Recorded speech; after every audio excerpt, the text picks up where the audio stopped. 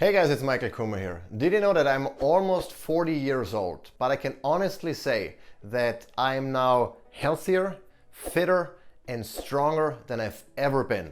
And that's despite the fact that I used to be a professional athlete in my early 20s. And so some people notice that and they ask me or keep asking me, what do you do? What do you eat? How long do you sleep? And all of these questions to kind of find out what is it that I'm doing that put me in that position. And so in this video, I want to talk about the 5 core pillars that make up my lifestyle and that have helped me be the healthiest, the strongest, and the fittest that I've ever been. Now, before we get started, make sure you subscribe to this channel and you click on the little alert button so you get notified when I publish more videos like this. I should also mention that I have documented all of the information that I'll cover in this video in even more detail on my blog, and I'm gonna put a link down in the description, so check that out if you wanna learn more.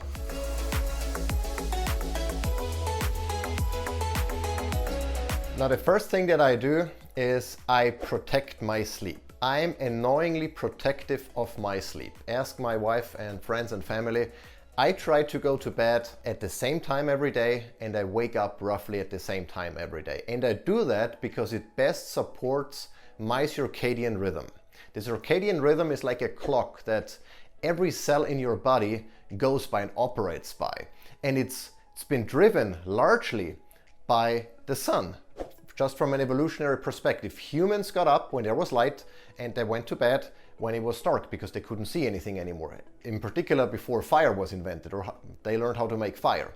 And so this is something that's ingrained in all of us, that circadian rhythm. And the more you can do to protect that by having a consistent sleep and wake time, by doing certain things before going to bed or avoiding certain behaviors like blue light exposure, like alcohol consumption, like late meals and all of that. If you abide by certain rules, that you can properly support your circadian rhythm and you can sleep very well. And sleep is truly the foundation, I believe, of anything that happens during the day. If I don't sleep well, my workout performance is not gonna be the same, my mental performance is not the same, I don't recover as quickly, my body doesn't have the ability to restore. So it's all around sleeping well and getting enough quality sleep. And there are a couple of things that I do to ensure that I get high quality sleep during most nights. And one is I try to avoid late meals. The later I eat, the more my stomach has to work and digest while it's supposed to do other things,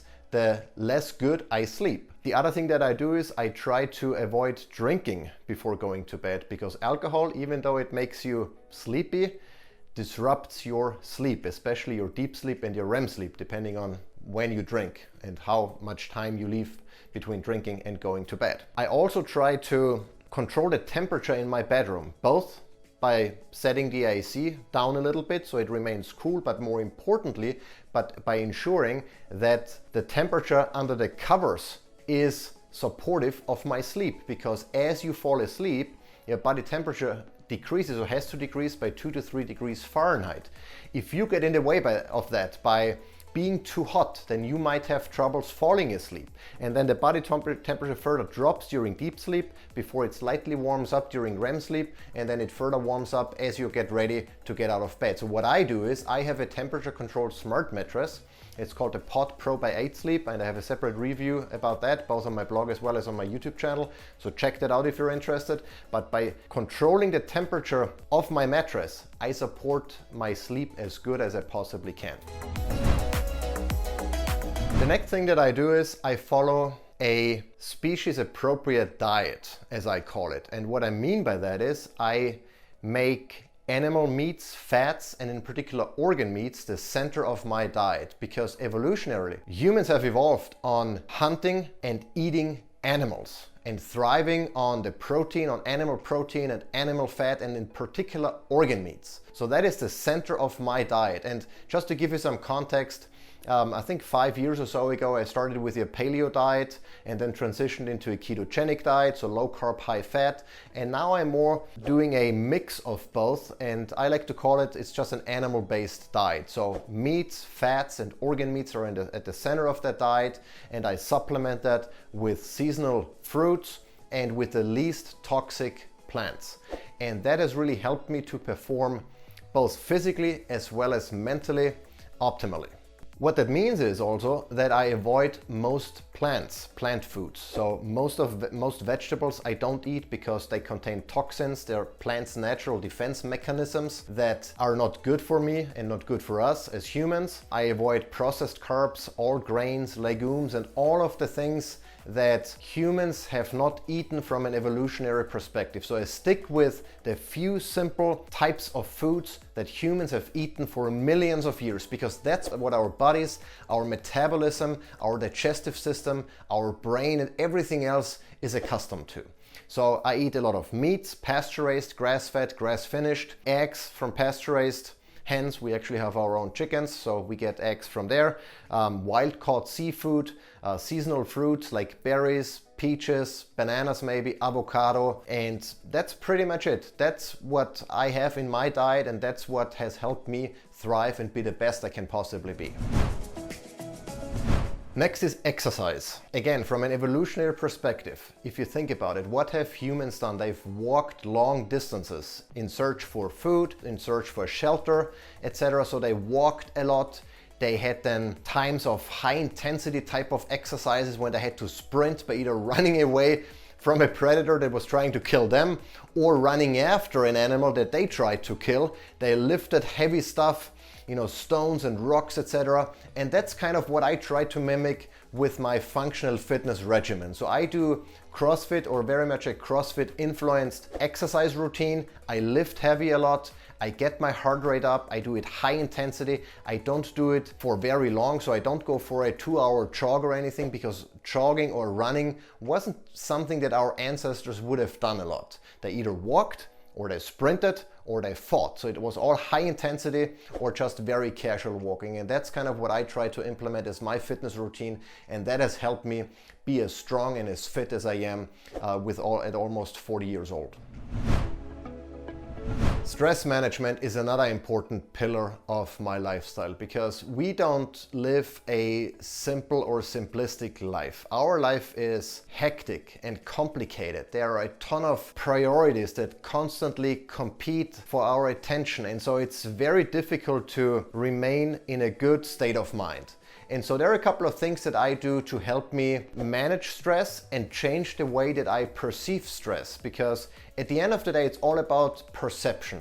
If something appears to be very stressful, but it's not affecting you the same way it affects maybe someone else, then you're probably less likely negatively impacted from a health perspective than someone else. And so what I try is, I try to change the narrative on how I perceive stress.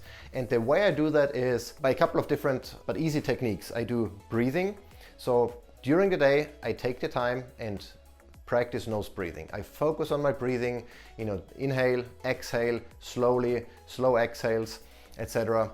There are actually a couple of good books that I'll link down in the description that can help you find out breathing techniques that work for you. I also have a device that's called CalmyGo that helps me focus on breathing and gives me some visual cues and sound cues, etc. I have a couple of devices that use tactile stimulation that can help activate my parasympathetic nervous system to kind of suppress the sympathetic nervous system, which is responsible for the fight or flight response.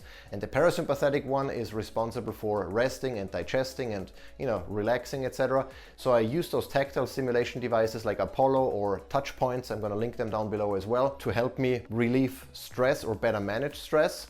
And then one of the things that has helped me a lot is to brain dump. And what I mean by that is, especially before going to bed, I go to bed, my head hits the pillow, and then suddenly stuff pops up into my head like, oh, I have to do this tomorrow, or here is an idea that I could talk about, or stuff that keeps my thoughts racing and my head spinning and that prevent me from falling asleep.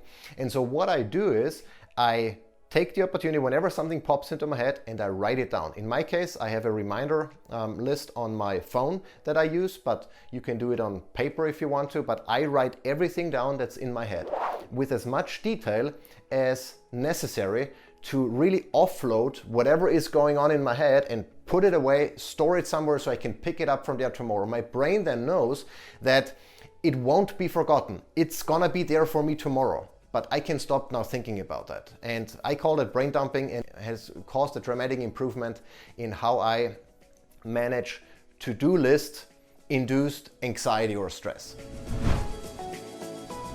Alright, the last thing that I do is I try to avoid environmental toxins. And that's particularly true for endocrine disrupting chemicals like estrogenics or xenoestrogens as they are sometimes called.